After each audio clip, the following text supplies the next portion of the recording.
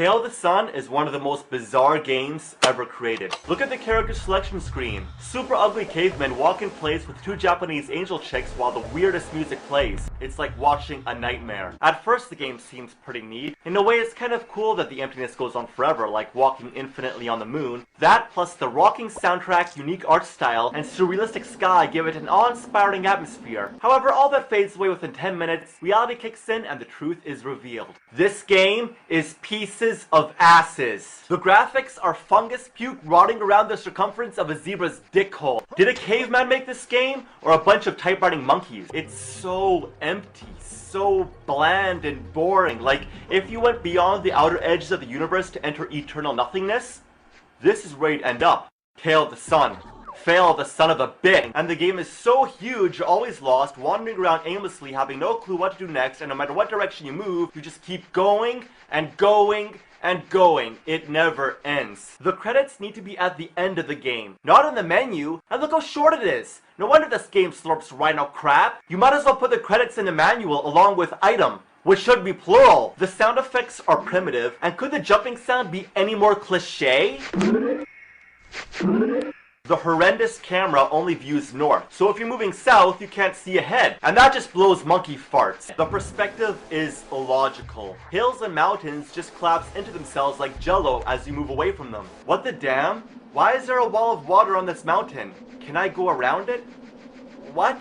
It goes on forever. It's a nightmarish illusion. Well, it's not really a wall of water, it's just the horrible downward camera angle of the ocean, which only a certain portion is rendered at a time.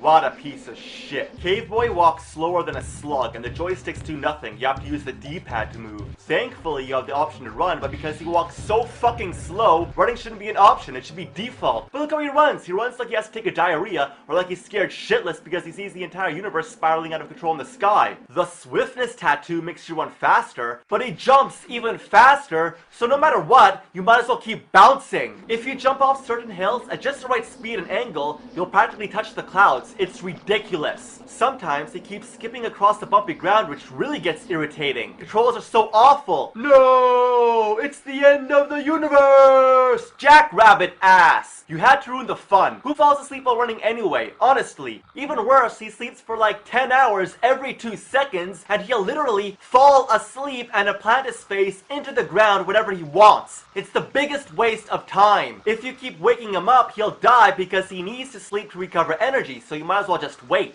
I'm just surprised he fell asleep before I do. So where's your energy bar? You don't have one, you have to guess. Maybe they're just trying to be realistic, but it's so inconvenient. Besides, I didn't know cavemen had enormous shadows, casually walked underwater, through trees, ate Japanese sugar cookies littered all over the ground, and ran straight up mountains. Damn, cavemen were badass going around slapping mammoths and mountain hippos to death. Nobody fucked with cavemen. So here's Caveboy now, just spanking the monkey. Look how he spanks. Who does he think he is, Buzz Lightyear?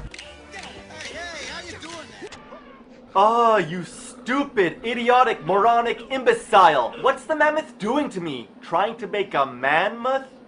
That was bad, I apologize. You have to be at just the right angle to pick items up. It's a mess, and you'll just end up mashing the buttons. Then they just float above his head like he's supposed to be holding them up with his arms. Even dumber, there's a picture of him like this in the manual. There's no excuse. Throwing them is a pain in the ass because the controls are so awful. Damn paper birds. Try throwing rocks at them. It's like trying to land a bowling ball in a hula hoop on Earth from outer space. Maybe I can get one with the tree. Where did it go? Oh, there it is. Fuck! Finally! I'm sure that's how cavemen hunted birds. They threw trees at them or just slapped them with sticks while they conveniently flew on the ground. So stupid. It's so historically inaccurate. Every time you die, a soul bird comes and takes your soul away. How many drugs were they on when they made this game? Anyway, the goal is to build a tower with enough mammoth tusks to reach the Tale of the Sun, hence the name. Why? I don't know, ask one of the typewriting monkeys that made this shitty game. Sure, it has some charm and exploring the large world is cool at first, but at the end of the day, I'd rather let a penguin regurgitate rotting fish down my throat from its asshole. I'd rather stick my dick in a beehive or wipe my ass with poison ivy. It sucks so much it makes black holes explode, and it needs to be buried at the bottom of Mount Everest.